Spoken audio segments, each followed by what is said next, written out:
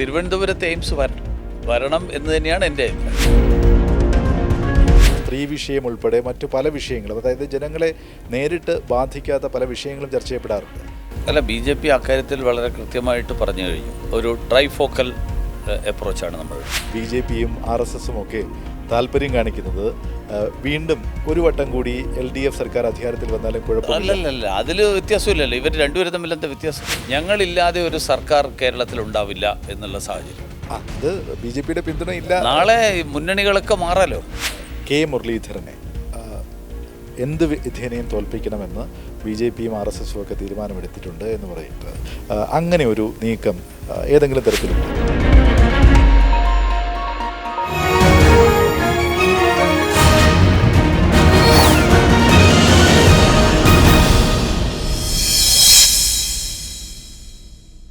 ഇന്ന് not the പോയിന്റിൽ നമ്മോടൊപ്പമുള്ളത് ദേശീയ തലത്തിലെ കേരളത്തിൻ്റെ മുഖമാണ്. മുൻ കേന്ദ്രമന്ത്രിയും മുതിർന്ന BJP നേതാവുമായ ശ്രീ V. മുരളീധരൻ. നമസ്കാരം സർ. ഒരു തിരഞ്ഞെടുപ്പ് ആസന്നമായിരിക്കുകയാണ്. സ്വാഭാവികമായും തിരഞ്ഞെടുപ്പിൻ്റെ ചർച്ചകളൊക്കെ നടക്കുകയാണ്. ഗോവിന്ദാചാര്യ, ദത്താത്രേയ ഹൊസബലെ, സുശീൽ കുമാർ മോദി, ആനന്ദ് കുമാർ, ധർമ്മേന്ദ്ര പ്രധാൻ, ഇപ്പോഴത്തെ മന്ത്രി JP നദ്ദ, ഇതൊക്കെ താങ്കളുടെ സമകാലികരായിരുന്നു. ദേശീയ തലത്തിൽ നിങ്ങളൊക്കെ ഒരുമിച്ച് പ്രവർത്തിച്ചവരാണ്. ആ ഒരു പേരുകളൊക്കെ പരിഗണിക്കുമ്പോൾ ആ രീതിയിൽ പരിഗണിക്കപ്പെട്ടിട്ടുണ്ടോ ശ്രീ V. മുരളീധരൻ? തീർച്ചയായിട്ടും. അതുകൊണ്ടാണല്ലോ മഹാരാഷ്ട്രയിൽ നിന്ന് പാർട്ടി എന്നെ MP ആയിട്ട് അയച്ചത്. കേരളത്തിൽ MP ആവാനുള്ള ഒരു സാഹചര്യമില്ല. ലോക്സഭാ തെരഞ്ഞെടുപ്പ് പോലും കേരളത്തിൽ അന്ന് ജയിക്കുമെന്ന് പ്രതീക്ഷിക്കാൻ പറ്റാത്ത സാഹചര്യത്തിലായിരുന്നു. ഞാൻ 2018 ഞാൻ MP ആകുമ്പോൾ ആ സാഹചര്യത്തിൽ കേരളത്തിൽ നിന്ന് ജയിക്കാൻ ഞാൻ പാർട്ടിയുടെ മുതിർന്ന നേതാക്കന്മാരോട് ഞാൻ പറഞ്ഞിട്ടുണ്ട്, ഞാൻ അടുത്ത തെരഞ്ഞെടുപ്പിൽ മത്സരിക്കണമെന്നാണ്. കേരളത്തിൽ നിന്ന് മത്സരിച്ച് ജയിക്കാൻ അത്ര പെട്ടെന്ന് സാധിക്കുമോ? നിങ്ങൾ രാജ്യസഭയിൽ വാ എന്ന് ആ കാലത്ത് പറഞ്ഞിട്ടുണ്ട്. അപ്പോൾ പാർട്ടി എനിക്ക് അർഹമായിട്ടുള്ള പരിഗണന തീർച്ചയായിട്ടും തന്നിട്ടുണ്ട്. കാരണം ഞാൻ അങ്ങോട്ട് ഒരു ശ്രമവും നടത്താതെ, ഒരു നീക്കവും നടത്താതെ, ഇൻഡയറക്റ്റായിട്ട് പോലും ഒരു വാക്ക് എന്നെയും MP ആയിട്ട് പരിഗണിക്കണം എന്ന് പറയാതെയാണ് പാർട്ടി എന്നെ MP ആക്കാൻ തീരുമാനിച്ചത്. മാത്രമല്ല, ഞാൻ ആ സമയത്ത് കർണാടക തെരഞ്ഞെടുപ്പിൻ്റെ ചുമതലകൾ വഹിക്കാനായിട്ട് ഷിമോഗയിലായിരുന്നു. അവിടെ നിന്ന് പാർട്ടി എന്നെ ഒരു MPയുടെ നോമിനേഷൻ ഫയൽ ചെയ്യാൻ വേണ്ടി ഹെലികോപ്റ്ററിൽ കോഴിക്കോട് വരിക, കോഴിക്കോട് നിന്ന് സ്പെഷ്യൽ ഫ്ലൈറ്റ് എനിക്ക് വേണ്ടി കാത്തിരിക്കുക, അതൊക്കെ പാർട്ടി ചെയ്യുന്നൊരു കാര്യമാണ്, പാർട്ടി ചെയ്തിട്ടുള്ളൊരു കാര്യമാണ്. അപ്പോൾ അങ്ങനെ പാർട്ടി പരിഗണിക്കുന്ന ശ്രീ V. മുരളീധരൻ കഴക്കൂട്ടം നിയമസഭാ മണ്ഡലത്തിൽ മത്സരിക്കണമെന്ന് ആഗ്രഹിച്ചാൽ അതിനപ്പുറത്തേക്ക് വേറൊരു തീരുമാനം ഉണ്ടാകില്ല. പാർട്ടിയുടെ പ്രവർത്തകരുടെ മനസ്സിൽ ഞാൻ മത്സരിക്കണം എന്നാണ് പൊതുവെ പറഞ്ഞിട്ടുള്ളത്. പിന്നെ പൊതുവെയുള്ള പിന്നെ കഴിഞ്ഞ ഒരു 10 വർഷമായിട്ട് ഞാൻ കഴക്കൂട്ടത്താണ്. അതെ, 2015 തൊട്ട് ഞാൻ കഴക്കൂട്ടത്ത് താമസിക്കാൻ തുടങ്ങി. കഴക്കൂട്ടത്ത് എന്ന് പറഞ്ഞാൽ കേരളം മുഴുവൻ, അന്ന് ഞാൻ സംസ്ഥാന പ്രസിഡന്റ് എന്ന നിലയിൽ കേരളം മുഴുവൻ യാത്ര ചെയ്യുമ്പോഴും ഒരു രാഷ്ട്രീയ പ്രവർത്തകൻ എന്നുള്ള നിലയിൽ ഞാൻ 2010 മുതൽ 16 വരെ പ്രസിഡൻ്റായിരുന്ന കാലത്ത് എനിക്ക് സംഘടനാപരമായിട്ടുള്ള ഉത്തരവാദിത്വം ഉണ്ടായിരുന്നു. അപ്പോൾ 2 ടേം പൂർത്തിയാകാൻ പോകുന്നു. അപ്പോൾ ഇനി സംഘടനാപരമായിട്ട് പ്രസിഡന്റ് എന്നുള്ള നിലയിൽ ഉത്തരവാദിത്തത്തിൽ ഞാൻ തുടരില്ല. അപ്പോൾ ഒരു തെരഞ്ഞെടുപ്പ് രാഷ്ട്രീയത്തിൻ്റെ മേഖലയിലേക്ക് മാറണം എന്ന് തീരുമാനമെടുത്തപ്പോൾ പാർട്ടിയിൽ തന്നെ ധാരാളം സുഹൃത്തുക്കൾ ആണ് സജസ്റ്റ് ചെയ്തത് തിരുവനന്തപുരത്ത് ഏതെങ്കിലും ഒരു മണ്ഡലം സൗകര്യമുള്ള രീതിയിൽ. അപ്പോൾ അങ്ങനെ വന്നപ്പോൾ തിരുവനന്തപുരത്ത് താരതമ്യേന ദുർബലമായിട്ടുള്ള മണ്ഡലമായിരുന്നു അന്ന് കഴക്കൂട്ടം. ബാക്കി മണ്ഡലങ്ങളൊക്കെ ഈവൻ നിയമമാണെങ്കിലും വട്ടിയൂർക്കാവാണെങ്കിലും മെച്ചപ്പെട്ട മണ്ഡലമായിരുന്നു. കഴക്കൂട്ടം താരതമ്യേന ദുർബലമായിട്ടുള്ള മണ്ഡലമായിരുന്നു. അപ്പോൾ ആ കഴക്കൂട്ടം ഞാൻ തിരഞ്ഞെടുത്തു, അവിടെ ഞാൻ പ്രവർത്തിച്ചു. തീർച്ചയായിട്ടും ഭാരതീയ ജനതാ പാർട്ടിയുടെ പ്രവർത്തകരിൽ എനിക്ക് വിശ്വാസം ഉണ്ടായിരുന്നു. അതുകൊണ്ട് ആ വിശ്വാസം ശരിയാണെന്ന് തെളിഞ്ഞു 2016 തെരഞ്ഞെടുപ്പ് നടന്നപ്പോൾ. കാരണം 6000-7000 വോട്ടിൽ നിന്ന്, അല്ലെങ്കിൽ 8000-9000 വോട്ടിൽ നിന്ന് 43,000 വോട്ടിലേക്ക് എത്തി. രണ്ടാം സ്ഥാനത്തേക്ക് വന്നു. അതെ, രണ്ടാം സ്ഥാനത്ത്. തൊട്ടടുത്ത തെരഞ്ഞെടുപ്പിൽ പക്ഷേ കടകംപള്ളിയുടെ ഭൂരിപക്ഷം ഗണ്യമായി ഉയർന്നപ്പോഴാണ് താങ്കളുടെ 2016 പോരാട്ടത്തിൻ്റെ ഒരു വ്യാപ്തി കൂടുതൽ വ്യക്തമായത്. അല്ല, 2021 സാഹചര്യം വ്യത്യസ്തമാണ്. കാരണം 2021 ശോഭാ സുരേന്ദ്രനാണ് മത്സരിച്ചത്. പക്ഷെ അവർ കഴക്കൂട്ടത്ത് താമസിക്കുന്ന ഒരാളായിരുന്നില്ല. അപ്പോൾ മാത്രമല്ല, അവർ തെരഞ്ഞെടുപ്പ് ഘട്ടത്തിൽ മാത്രമേ എത്തിയുള്ളൂ. അപ്പോൾ അവർക്ക് സമയം കുറച്ചേ കിട്ടിയുള്ളൂ. അവരൊരു പക്ഷേ ഒരു 2 മാസം മുമ്പേ വന്നിരുന്നുവെങ്കിൽ എൻ്റെ വിശ്വാസം എനിക്ക് കിട്ടിയ വോട്ടിനേക്കാൾ കൂടുതലെങ്കിലും അവർക്ക് കിട്ടുമായിരുന്നു. അല്ലെങ്കിൽ ആ തെരഞ്ഞെടുപ്പിൽ കടകംപള്ളി സുരേന്ദ്രന് അത്രയും വോട്ട് കിട്ടേണ്ട തെരഞ്ഞെടുപ്പല്ല. കാരണം ശബരിമല ഇതിന് തൊട്ട് പിറകെ നടന്ന തെരഞ്ഞെടുപ്പാണ്. അതൊരു വലിയ വിരോധാഭാസമാണ്. അപ്പോൾ അതിൻ്റെ കാരണം അവർക്ക് സമയം കിട്ടിയില്ല എന്നുള്ളതാണ്. അവിടെ ഒരു പ്രധാനപ്പെട്ട കാര്യം അങ്ങ് ചൂണ്ടിക്കാണിച്ചത് വളരെ പ്രസക്തമായൊരു കാര്യമാണ്. ബി ജെ പി പലപ്പോഴും ബി ജെ പിയുടെ സ്ഥാനാർത്ഥികൾ ഈ വന്നും പോയി നിൽക്കുന്ന സ്ഥാനാർത്ഥികളാകുന്നൊരു പ്രവണതയുണ്ട്. ഇപ്പോൾ ഈ ശോഭാ സുരേന്ദ്രൻ്റെ കാര്യം പറഞ്ഞതുപോലെ അല്ലെങ്കിൽ മറ്റ് സ്ഥാനാർത്ഥികളുടെയൊക്കെ കാര്യത്തിൽ എന്തുകൊണ്ടാണ് ബി ജെ പിക്ക് ഇപ്പോൾ സുരേഷ് ഗോപി തൃശ്ശൂർ കേന്ദ്രീകരിച്ച് അദ്ദേഹം പരാജയപ്പെട്ടതിന് ശേഷവും 5 വർഷം അദ്ദേഹം അവിടെ കേന്ദ്രീകരിച്ച് പ്രവർത്തിച്ചതിൻ്റെ ഫലം കൂടിയാണ് അവിടുത്തെ അദ്ദേഹത്തിൻ്റെ വിജയം. ബി ജെ പിക്ക് അങ്ങനെ ഒരു രീതിയിൽ ഒരു അല്ല, അതിൻ്റെ ഒരു കാരണം എന്താ വെച്ച് കഴിഞ്ഞാൽ ബി ജെ പിക്ക് നേതാക്കന്മാരുടെ എണ്ണം വളരെ കുറച്ച് ആൾക്കാരേ ഉള്ളൂ, സംസ്ഥാനം മുഴുവൻ അറിയപ്പെടുന്ന നേതാക്കന്മാർ.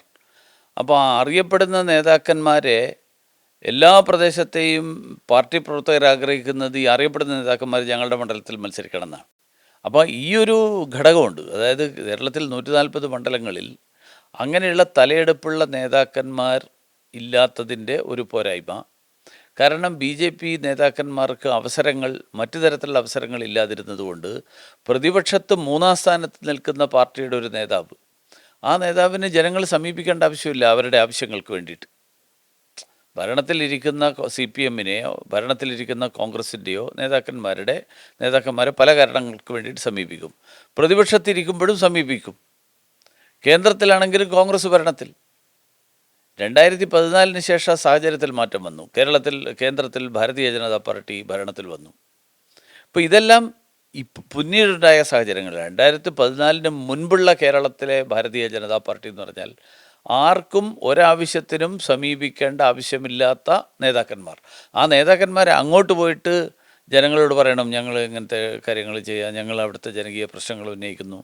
ജനകീയ പ്രശ്നം ഉന്നയിക്കുമ്പോഴും പ്രതിപക്ഷത്തിൻ്റെ ഒരു ഔദ്യോഗിക പ്രതിപക്ഷം അവിടെയുണ്ട്. നിയമസഭാ തെരഞ്ഞെടുപ്പിൽ തോറ്റൊരു സ്ഥാനാർത്ഥി ഉണ്ടാവും, അയാളുടെ പാർട്ടി ഉണ്ടാവും. അവരാണ് ഒരു ലെജിറ്റിമേറ്റ് ഓപ്പോസിഷനായിട്ട് ജനങ്ങൾ കാണുന്നത്. അപ്പോൾ ഈ ഒരു വളരെ പ്രതികൂലമായിട്ടുള്ള സാഹചര്യം, ഈ സാഹചര്യത്തിലാണ് ബി ജെ പിയുടെ പ്രധാന നേതാക്കന്മാർ. അപ്പോൾ ബി ജെ പിയും പല ഘട്ടങ്ങളിലും ആലോചിച്ചിട്ടുണ്ട്, ഇവിടെ നല്ല സാധ്യതയുണ്ട്, അപ്പോൾ നല്ലൊരു നേതാവിനെ അവിടെ കൊടുത്തു കഴിഞ്ഞാൽ അവിടെ ഒരു പക്ഷേ ജയിക്കാൻ സാധ്യതയുണ്ട്. അങ്ങനെ ജയസാധ്യതയുണ്ട് എന്ന് കരുതപ്പെടുന്ന മണ്ഡലങ്ങളിൽ പാർട്ടി നേതാക്കന്മാർ ഓരോ തെരഞ്ഞെടുപ്പിലും മാറി മാറിപ്പോകുന്ന ഒരു പ്രവണതയുണ്ടായിരുന്നു. പക്ഷെ ഇപ്പം നമ്മളത് ഏതാണ്ട് ഒഴിവാക്കി. ഇതിനോട് ചേർത്ത് വയ്ക്കേണ്ട ഒരു കാര്യമാണ്. അതായത് അങ്ങ് പറഞ്ഞതുപോലെ 3-ാം സ്ഥാനത്ത് നിൽക്കുന്ന ഒരു പാർട്ടിക്ക് അല്ലെങ്കിൽ മുന്നണിക്ക് വിജയത്തിലേക്ക് വരുന്നതിന് ഒരുപാട് കടമ്പകൾ കിടക്കേണ്ടതുണ്ട്. പക്ഷേ ബി ജെ പിയെ സംബന്ധിച്ചിടത്തോളം ഇപ്പോൾ 2014 ശേഷമുള്ള സാഹചര്യം പറഞ്ഞു. 14 ശേഷം ഇപ്പോൾ 12 വർഷത്തോളമായി. എന്തുകൊണ്ടാണ് ബി ജെ പിക്ക് പ്രതീക്ഷിക്കുന്ന നിലവാരത്തിലേക്ക് ഒരു വിജയത്തിലെത്താൻ പറ്റാതെ പോകും? ഇപ്പോൾ താങ്കളെപ്പോലുള്ള നേതാക്കൾ തിരഞ്ഞെടുപ്പിൽ മത്സരിക്കുകയും നിങ്ങളുടെ വോട്ട് ശതമാനം ആ മണ്ഡലത്തിൽ കൃത്യമായി ഉയർത്തുകയും ചെയ്യുന്നുണ്ട്.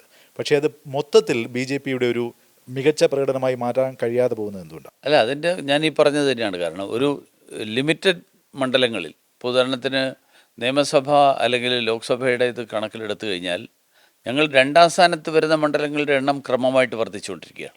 നേരത്തെ പണ്ടൊക്കെ 2-ാം സ്ഥാനത്ത് വന്നിരുന്ന ആകെ മണ്ഡലമുള്ളത് മഞ്ചേശ്വരം, കാസർഗോഡായിരുന്നു. അവിടെ നിന്ന് മാറിയിട്ട് തിരുവനന്തപുരത്ത് വന്നു തുടങ്ങി. ഈവൻ കൊല്ലം ജില്ലയിൽ ഇപ്പോൾ ബി ജെ പി 2-ാം സ്ഥാനത്ത് വരുന്നു. ചാത്തന്നൂർ മണ്ഡലത്തിൽ, മലമ്പുഴയിൽ ബി ജെ പി 2-ാം സ്ഥാനത്ത് വരുന്നു. ഈ തെരഞ്ഞെടുപ്പ് ലോക്സഭാ തെരഞ്ഞെടുപ്പ് നടന്നപ്പോൾ തൃശ്ശൂരിൽ 6 മണ്ഡലങ്ങളിൽ ബി ജെ പി ലീഡ് ചെയ്തു. ഇപ്പം നമ്മുടെ അവസ്ഥ 11 മണ്ഡലങ്ങളിൽ അസംബ്ലി സെഗ്മെൻറ്റ്സിൽ ബി ജെ പി ലീഡ് ചെയ്ത മണ്ഡലം പ്ലസ് 8-10 മണ്ഡലങ്ങളിൽ 2-ാം സ്ഥാനത്ത് വന്ന മണ്ഡലം. അപ്പോൾ അത് ഓരോ തെരഞ്ഞെടുപ്പ് കഴിയുമ്പോഴും അത് ഇമ്പ്രൂവ് ചെയ്യുന്നു എന്നുള്ളത് തീർച്ചയായിട്ടും നമുക്ക് കാണാതിരിക്കാൻ പറ്റില്ല. ലോക്സഭാ തെരഞ്ഞെടുപ്പിൻ്റെ ഒരു വോട്ടിംഗ് പെർസെൻറ്റേജ് പറഞ്ഞതുകൊണ്ടാണ് പഞ്ചായത്ത് തിരഞ്ഞെടുപ്പിൽ താരതമ്യേന ഇപ്പോൾ തിരുവനന്തപുരം കോർപ്പറേഷൻ്റെ ഭരണം പിടിക്കുന്ന വളരെ ചരിത്രപരമായ നേട്ടം സ്വന്തമാക്കിയെങ്കിൽ പോലും സംസ്ഥാനത്താകെയുള്ള വോട്ട് ശതമാനം എടുക്കുമ്പോൾ ലോക്സഭാ തെരഞ്ഞെടുപ്പിനേക്കാൾ ഗണ്യമായ കുറവ് വന്നു. ആകെ ഒരു ജില്ലയിൽ, തിരുവനന്തപുരം ജില്ലയിൽ മാത്രമാണ് 20% മുകളിൽ ബി ജെ പി വോട്ട് നേടിയത്. അങ്ങനെ നോക്കുമ്പോൾ 14% ആ ഒരു നിലയിലേക്ക് ചുരുങ്ങുന്ന ഒരു സാഹചര്യം പാർലമെൻറ്റ് തിരഞ്ഞെടുപ്പുമായി താരതമ്യം ചെയ്യുമ്പോൾ ഉണ്ടാകുന്നുണ്ട്. ബി ജെ പി ഇത്തവണ ജില്ലാ പഞ്ചായത്തിൽ ഫോക്കസ് ചെയ്തില്ല. ബി ജെ പി എടുത്ത തീരുമാനമായിരുന്നു ഈ തവണ ജില്ലാ പഞ്ചായത്തിന് പകരം തിരുവനന്തപുരം കോർപ്പറേഷനിൽ ഫോക്കസ് ചെയ്യുക എന്നുള്ളത്. ആ ഫോക്കസ് വിജയിച്ചു. കഴക്കൂട്ടത്തേക്ക് വരികയാണെങ്കിൽ നേരത്തെ അങ്ങ് തന്നെ പറഞ്ഞതുപോലെ ബി ജെ പി പ്രവർത്തകരൊക്കെ ഉറച്ചു വിശ്വസിക്കുന്നത് അങ്ങ് തന്നെ കഴക്കൂട്ടത്ത് മത്സരിക്കുമെന്നാണ് മാധ്യമങ്ങളും വിശ്വസിക്കുന്നത്. അങ്ങനെ തന്നെയാണ്. അങ്ങ് പരസ്യമായി കഴക്കൂട്ടത്ത് മത്സരിക്കാനുള്ള താല്പര്യം പ്രകടിപ്പിക്കുകയും ചെയ്തതാണ്. ഈ കഴക്കൂട്ടത്തെ വിജയസാധ്യത എങ്ങനെ കാണുന്നു? തീർച്ചയായിട്ടും വിജയസാധ്യതയുണ്ടെന്ന് തന്നെയാണ് ഞാൻ വിശ്വസിക്കുന്നത്. കാരണം 10 വർഷം മുൻപുള്ള ഒരു സാഹചര്യം, ആ സാഹചര്യത്തിൽ നിന്ന് പൊതുസമൂഹത്തിൽ പൊതു സാഹചര്യം തന്നെ വലിയ വ്യത്യാസം വന്നു. കാരണം 10 വർഷം കഴിയുമ്പോൾ കേരളത്തിൽ CPM-ൻ്റെ ഭരണത്തോടുള്ള എതിർപ്പ് വളരെ കൂടുതലായിരിക്കുന്ന ഒരു കാലഘട്ടത്തിലാണ് നമ്മൾ ജീവിക്കുന്നത്. കാരണം CPM-ൻ്റെ പാർട്ടിക്കകത്ത് തന്നെ തുടർഭരണം ആശാസ്യമല്ല എന്ന് CPM നേരിട്ട് പാർട്ടി അംഗത്വമുള്ളവരല്ലെങ്കിലും CPM-ൻ്റെ സഹയാത്രികരായിട്ടുള്ള ആളുകൾ ഉൾപ്പെടെ പറയുന്നൊരു സാഹചര്യം ഉണ്ടായി. ഇന്ന് വരെ കേരളത്തിൻ്റെ സാഹചര്യത്തിൽ CPM-ൻ്റെ സഹയാത്രികർ തുടർഭരണം കൂടുതൽ കുഴപ്പമാണ് എന്ന് പറയുന്നൊരു സ്ഥിതി ഉണ്ടാക്കിയിട്ടില്ല. കാരണം അതുകൊണ്ടാണ് ഞാൻ പറഞ്ഞത്, ആ പാർട്ടിയോട് സ്നേഹമുണ്ട് എന്ന് പറയുന്ന ആൾക്കാർ ഉൾപ്പെടെ ഇത് മാറണം എന്നുള്ള ആഗ്രഹം വന്നു തുടങ്ങി. ഒന്ന്. രണ്ടാമത്തെ കാര്യം, 10 കൊല്ലമായിട്ട് നരേന്ദ്രമോദി സർക്കാരിൻ്റെ ഒരു ഓൾട്ടർനേറ്റ് മോഡൽ ഇപ്പോൾ ജനങ്ങളുടെ മുന്നിൽ കാണാനുണ്ട്. 2014-16 തെരഞ്ഞെടുപ്പ് നടക്കുമ്പോൾ ജസ്റ്റ് 2 വർഷമേ ആയിട്ടുള്ളൂ. ഒരു 2-3 ഉദാഹരണങ്ങൾ വേണമെങ്കിൽ പറയാമെന്നല്ലാതെ ഒരു മോഡൽ ക്രിയേറ്റ് ചെയ്യപ്പെട്ടിട്ടില്ല. മാത്രമല്ല, അന്ന് പലരും വിശ്വസിച്ചത് ഒരു തെരഞ്ഞെടുപ്പിൽ നരേന്ദ്രമോദി ജയിച്ചു, അടുത്ത തെരഞ്ഞെടുപ്പിൽ തിരിച്ച് കോൺഗ്രസ് വരും എന്നുള്ളതായിരുന്നു. ഇപ്പോൾ കോൺഗ്രസ് എഴുതിത്തള്ളപ്പെട്ടു. ദേശീയ രാഷ്ട്രീയത്തിൽ സമീപഭാവിയിലൊന്നും കോൺഗ്രസ്സിന് ഒരു ഉയർത്തെഴുന്നേൽപ്പിനുള്ള സാധ്യതയില്ല. 25-30 കൊല്ലം കഴിഞ്ഞിട്ടുള്ള കാര്യം നമുക്കിപ്പോൾ പറയാൻ പറ്റില്ല. സമീപഭാവിയിലൊരു സാധ്യതയില്ല. മാത്രമല്ല, നരേന്ദ്രമോദിയുടെ ഓൾട്ടർനേറ്റ് ഡെവലപ്മെൻറ്റ് മോഡൽ, ആ മോഡൽ ജനങ്ങൾ അംഗീകരിച്ചു. അതിൻ്റെ നേരിട്ട് അനുഭവമുള്ള ആൾക്കാരാണ് കഴക്കൂട്ടത്തുകാർ. കാരണം നമ്മുടെ കഴക്കൂട്ടം കാരോട് ബൈപ്പാസ്, ആ ഡിസിഷൻ്റെ ഇമ്പാക്റ്റ് എന്ന് പറഞ്ഞാൽ ഇന്ന് കഴക്കൂട്ടത്ത് എല്ലാ ബ്രാൻഡുകളും അവരുടെ ഷോറൂംസ് ഓപ്പൺ ചെയ്യുകയാണ്. തിരുവനന്തപുരം സിറ്റിയിലുള്ളതുപോലെ എല്ലാ ഗ്ലോബൽ ബ്രാൻഡുകളടക്കം അവിടെ വന്നുകൊണ്ടിരിക്കുകയാണ്. അപ്പോൾ കഴക്കൂട്ടത്തിൻ്റെ ഒരു വാണിജ്യ കേന്ദ്രം എന്നുള്ളതിൽ കഴക്കൂട്ടം ഡെവലപ്പ് ചെയ്യുന്നതിന് കാരണമായിട്ടുള്ളത് ഈ ബൈപ്പാസാണ്. ഇത് നരേന്ദ്രമോദി സർക്കാർ ഭരണത്തിൽ വന്നുകൊണ്ട് ആയതാണ്. അല്ലെങ്കിൽ ആ സ്ഥലം എടുത്തിട്ട് ദശാബ്ദങ്ങളായിട്ട് കിടക്കുകയായിരുന്നു ആ സ്ഥലം. കോൺഗ്രസ് സർക്കാരിലൊന്നും നടന്നു. അപ്പോൾ കഴക്കൂട്ടത്തെ പ്രധാനപ്പെട്ട ഒരു പ്രചാരണ ആയുധം കേന്ദ്ര സർക്കാരിൻ്റെ വികസന പ്രവർത്തനങ്ങൾ. തീർച്ചയായിട്ടും കേന്ദ്ര സർക്കാരിൻ്റെ വികസനം എന്ന് മാത്രമല്ല, ആ മോഡലുള്ള വികസനമാണ് കേരളത്തിൽ വേണ്ടത്. ഇനി നടപ്പാക്കാൻ പോകുന്ന സമയബന്ധിതമായിട്ടുള്ള വികസനം. നരേന്ദ്രമോദിയുടെ പോയിന്റ് എന്ന് വെച്ചാൽ, ഒന്ന് ടൈം ബൗണ്ട് ഡെവലപ്മെൻറ്റ്, എല്ലാവർക്കും വികസനം എന്ന് പറഞ്ഞാൽ എല്ലാവർക്കും കുടിവെള്ളം, എല്ലാവർക്കും വീട്, എല്ലാവർക്കും ഭക്ഷ്യധാന്യങ്ങൾ. കോൺഗ്രസ് സർക്കാരുകളിൽ അവർ പ്രഖ്യാപിച്ചിട്ടുണ്ട് ഗരീബി ഹട്ടാവോ. 40-50 കൊല്ലമായിട്ട് ആ മുദ്രാവാക്യമാണ്. നരേന്ദ്രമോദി അതല്ല, അടുത്ത 5 കൊല്ലം കൊണ്ട് ഇത് പൂർത്തിയാവണം. അടുത്ത 5 കൊല്ലം കൊണ്ട് എല്ലാവർക്കും ആരോഗ്യം. ഇപ്പോൾ ആരോഗ്യ മേഖല ഒരു പ്രധാനപ്പെട്ട ഫോക്കസാണ്. ഈ വികസന വിഷയങ്ങളെക്കുറിച്ച് പറയുമ്പോൾ, ആറ്റിങ്ങൽ ലോക്സഭാ മണ്ഡലത്തിൽ മത്സരിക്കുന്ന വേളയിൽ ഒരു അഭിമുഖത്തിൽ പറഞ്ഞതാണ്, ആറ്റിങ്ങലിൽ നിന്ന് തിരഞ്ഞെടുക്കപ്പെടുകയാണെങ്കിൽ, അതായത് MP ആയി തിരഞ്ഞെടുക്കപ്പെടുകയാണെങ്കിൽ തിരുവനന്തപുരം ജില്ലയിലേക്ക് എയിംസ് കൊണ്ടുവരുന്ന ഒരു ലക്ഷ്യത്തിലേക്ക് താങ്കൾ നീങ്ങുമെന്ന് പറഞ്ഞിരുന്നു. ഇപ്പോൾ എയിംസുമായി ബന്ധപ്പെട്ട് വലിയ ചർച്ചകളും വാദപ്രതിവാദങ്ങളും ഒക്കെ നടക്കുന്ന ഒരു ഘട്ടം കൂടിയാണ്. നിയമസഭാ തിരഞ്ഞെടുപ്പിലാണെങ്കിൽ പോലും അതൊരു പ്രധാന വാഗ്ദാനമായി ഉയർത്തുമോ? പാർട്ടിയാണ് തീരുമാനിക്കേണ്ടത്. കാരണം നിയമസഭയിൽ അതിൻ്റെ പ്രസക്തി ലോക്സഭയുടെ അതുപോലെയല്ല. കാരണം ഇതൊരു കേന്ദ്ര സർക്കാരിൻ്റെ പദ്ധതിയാണ്. അപ്പോൾ പാർലമെൻറ്റിലേക്ക് തിരഞ്ഞെടുക്കപ്പെട്ടിരുന്നുവെങ്കിൽ എനിക്ക് ഉറപ്പുണ്ടായിരുന്നു ആറ്റിങ്ങൽ മണ്ഡലത്തിൽ എയിംസ് കൊണ്ടുവരാൻ സാധിക്കുമായിരുന്നു. പക്ഷേ താങ്കളൊരു ദേശീയ നേതാവാണ്, സ്വാധീനം ചെലുത്താൻ കഴിയും. അത് വേറെ കാര്യം.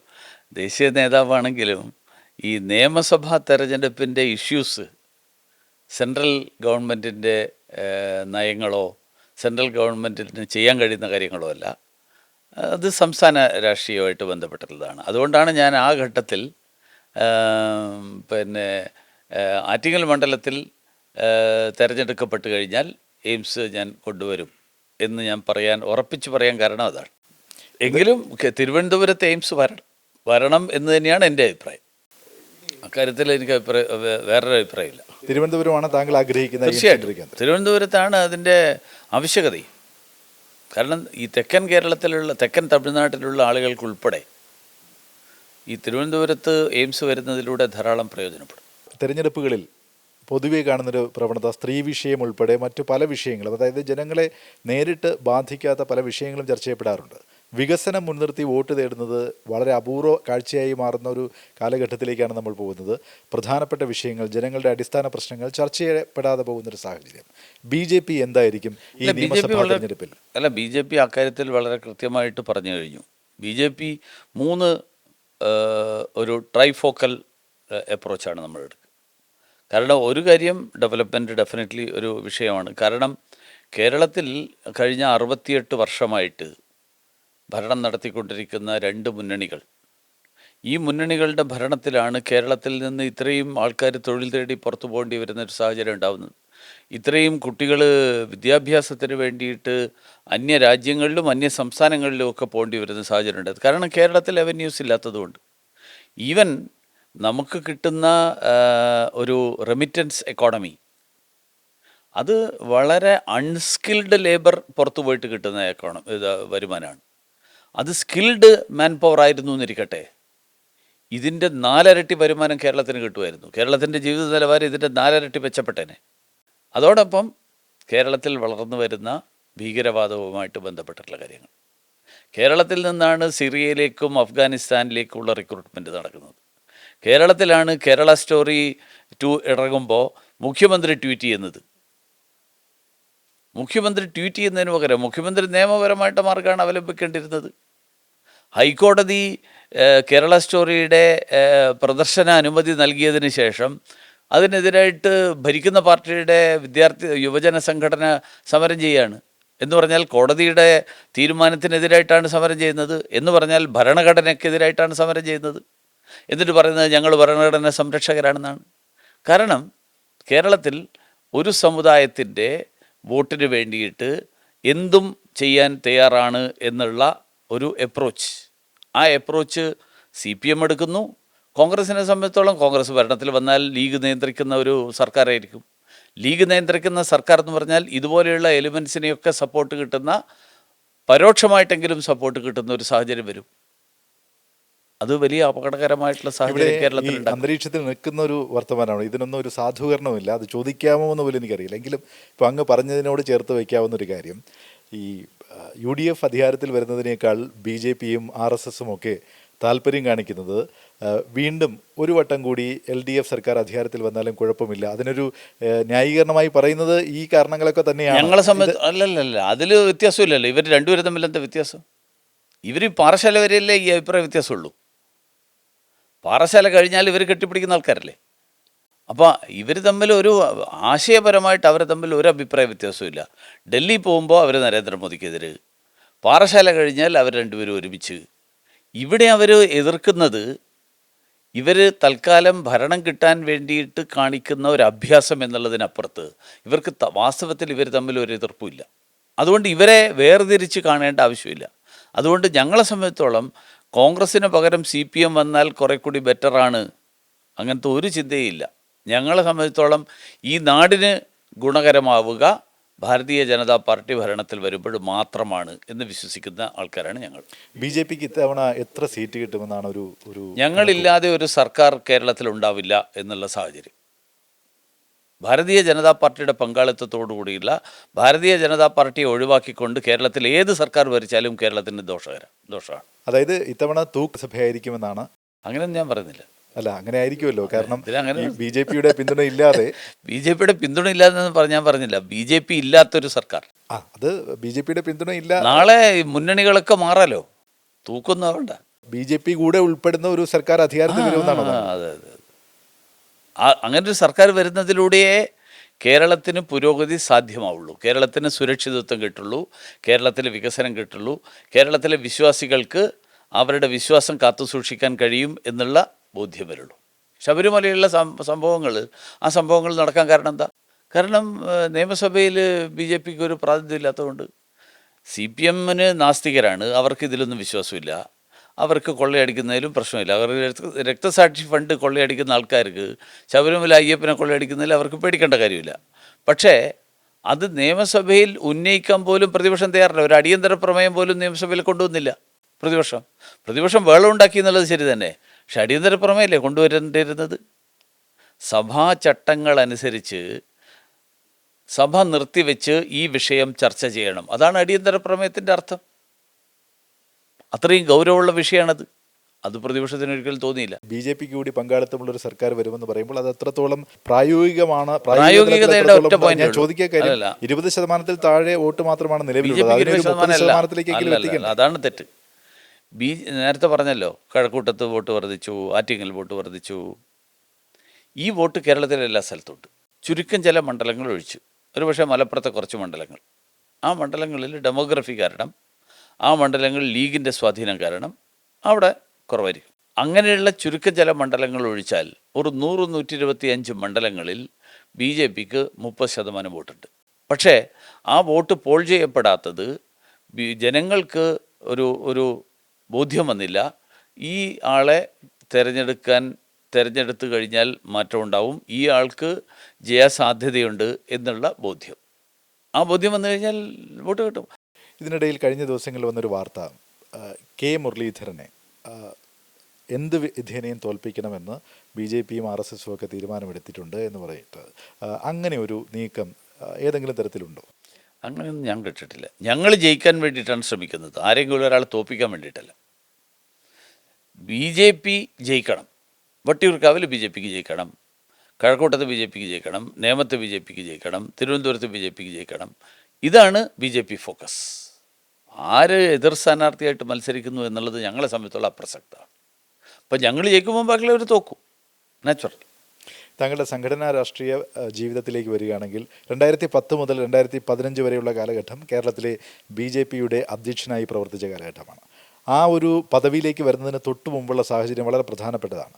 വോട്ട് മറിക്കൽ, വോട്ട് വിൽപ്പന തുടങ്ങിയ ദുഷ്പേരുകൾ അല്ലെങ്കിൽ ആരോപണങ്ങൾക്കിടയിൽ സംസ്ഥാനത്തെ BJP കുടുങ്ങിക്കിടക്കുന്ന ഒരു സാഹചര്യത്തിൽ നിന്ന് ഈ 5 വർഷത്തെ താങ്കളുടെ ഒരു അധ്യക്ഷ ജീവിതം അവസാനിക്കുമ്പോൾ ഗണ്യമായ വ്യത്യാസം വന്നിട്ടുണ്ടായിരുന്നു.